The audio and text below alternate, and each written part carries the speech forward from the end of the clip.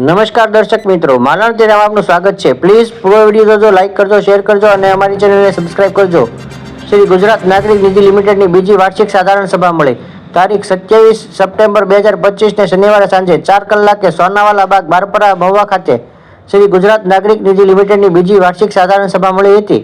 શ્રી ભરતકુમાર ભાસ્કરરાવ ઠાકર સ્થાપિત શ્રી ગુજરાત નાગરિક નિધિ લિમિટેડમાં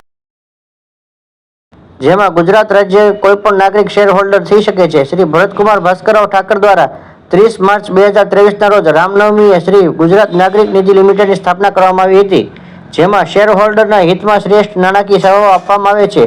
થાપણ, ડિપોઝિટ પર ઉત્તમ વ્યાજ વળતર અને સરળતાથી ધિરાણ, લોન તેમજ શ્રેષ્ઠ નાણાકીય સેવાઓ આપતી તથા 24 સપ્ટેમ્બર 2025ની સ્થિતિએ 4290 શેર હોલ્ડર્સ, 11,80,15,000ની ડિપોઝિટ, 7,87,02,000ની લોન, 14,39,08,000નું વર્કિંગ કેપિટલ ધરાવતી આ ઉપરાંત સેફ ડિપોઝિટ વોલ્ટ લોકરોની શ્રેષ્ઠ સુવિધા આપતી શ્રી ગુજરાત નાગરિક નિધિ લિમિટેડની બીજી વાર્ષિક સાધારણ સભામાં શ્રી ભરતભાઈ ઠાકર દ્વારા ઉપસ્થિત એકાઉન્ટ ધારકોને થાપણો અને લોનના ફાયદા તથા નિયમો વિશે સંપૂર્ણ સમજણ આપવામાં આવી હતી। આમંત્રિત મહેમાન ડોક્ટર શ્રી કનુભાઈ કળસરિયા દ્વારા ઉપસ્થિત સૌ સમક્ષ પોતાનું વક્તવ્ય આપવામાં આવ્યું હતું। કાર્યક્રમના અંતે ચેરપર્સન શ્રી પુષ્પાબેન ભરતભાઈ ઠાકર દ્વારા આભાર વિધિ કરવામાં આવી હતી। આજે શ્રી ગુજરાત નાગરિક નિધિ લિમિટેડની બીજી વાર્ષિક સાધારણ સભા હતી। અગાઉ મહુવા મહિલા સોસાયટીની સ્થાપના 2011માં કરી હતી। ત્યાં 12 વર્ષ સુધી મહિલા સોસાયટી ચલાવી, જેમાં મહુવા, જેસર, ગારિયાવાડના મહિલાઓ સભાસદ થઈ શકતા હતા અને એમને લોનથી માંડીને ડિપોઝિટના તમામ લાભો મળતા હતા। હવે આપણે 2023ના રામનવમીથી ગુજરાત નાગરિક નિધિ લિમિટેડ કર્યું, જેથી કરીને આખા ગુજરાતના કોઈ પણ મહિલા કે પુરુષ આમાં સભાસદ થઈ શકે છે। એને એમની ડિપોઝિટ ઉપર ઉત્તમ વળતર આપવામાં આવે છે અને ખૂબ સરળતાથી અને ખૂબ વ્યાજબી ભાવે લોન પણ આપવામાં આવે છે। આજની તારીખે 24/9ની સ્થિતિએ જો આપણે જોવા જઈએ, 24/9/2025ની સ્થિતિએ તો 4290 જેટલા સભાસદો છે, 12.25 કરોડ જેટલી ડિપોઝિટ છે, 8.25 કરોડ જેટલી લોન છે, લગભગ 14.25 કરોડ જેવું વર્કિંગ કેપિટલ છે અને 20 કરોડનો આપણે બિઝનેસ ગણી શકાય।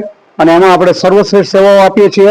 વ્યાજ ખેડૂતો માટે પણ નવી યોજના શરૂ કરી છે, સીસી પ્લસ મોર્ગેજ ઉપર લોન મળે છે, હોમ લોન આપવામાં આવે છે, પર્સનલ લોન ફટાફટ લોન આપવામાં આવે છે, જે તત્કાલ લોન અમારા પ્રોડક્ટ છે એ આપવામાં આવે છે। ભાસ્કર દાદાના નામ નીચે વિવિધ યોજનાઓ છે, એમાં એમના નાણાંનું સર્વશ્રેષ્ઠ વળતર મળે એવી રીતે એમની ડિપોઝિટ ઉપર ઊંચામાં ઊંચું વ્યાજ આપવામાં આવે છે અને વધુ વ્યાજ આપી ડિપોઝિટ ઉપર અને લોન ઉપર ઓછું અથવા તો વ્યાજબી વ્યાજ લઈને પણ આપણે આ સંસ્થા નફો કરે છે અને ઉત્તરોત્તર ખૂબ સારી પ્રગતિ કરી રહી છે અને લગભગ 1 વર્ષમાં આ સંસ્થા ઓલ ઇન્ડિયા થઈ જાય એની કોશિશમાં અમે છીએ, જેથી કરીને રિઝર્વ બેંકનું ડાયરેક્ટ લાયસન્સ મળે। અત્યારે આપણી પાસે કેન્દ્ર સરકારનો મિનિસ્ટ્રી ઓફ કોર્પોરેટ અફેર્સ એટલે કંપની બાબતનું મંત્રાલય છે, એમનું લાયસન્સ છે। આ જો ઓલ ઇન્ડિયા થાય અથવા કરી શકીએ આપણે એ દિશામાં અમે છીએ તો ડાયરેક્ટ રિઝર્વ બેંકનું લાયસન્સ મળે અને આખા ભારતના લોકોને આપણે સભાસદ બનાવી શકીએ, ડિપોઝિટ લઈ શકીએ, લોન આપી શકીએ। લોનની મર્યાદા જે અત્યારે 7.5 લાખ રૂપિયા છે અને જો બે નામથી સંયુક્ત હોય તો 15 લાખ સુધીની છે, એ સીધી 50 લાખથી કરોડની લોન આપણે પહેલે જ વર્ષે આપી શકશું। એટલે આવતા વર્ષે લગભગ ઓલ ઇન્ડિયા થઈ જાય એવી અમારી કોશિશ છે અને અત્યારે અદ્યતન કાર્યાલયની પણ અમારી કાર્યવાહી શરૂ છે। અત્યારના કાર્યાલયમાં તમામ સગવડો છે, પણ વધુ મોટું કાર્યાલયની જરૂર પડતા અમે સ્ટેશન રોડ ઉપર હેવનની સામે પાણીની ટાંકી છે ત્યાં આવતા મહિને અમારું કાર્યાલય ઓફિસ શિફ્ટ થઈ જશે, જેમાં તમામ પ્રકારની સગવડો વધશે અને કામગીરી પણ વધશે અને લોકોને ખૂબ અમે લાભ આપી શકશું। અને અમે કોર્પોરેટ એટલે કંપની બાબતની જે મંત્રાલય છે એમાં નોંધાયેલા છે, પછી રિઝર્વ બેંકનો લાયસન્સ ઓલ ઇન્ડિયા થશે તો થશે, પણ અમારો કાયમ જે હેતુ છે એ લોકોનું કેમ શ્રેષ્ઠ હિત થાય।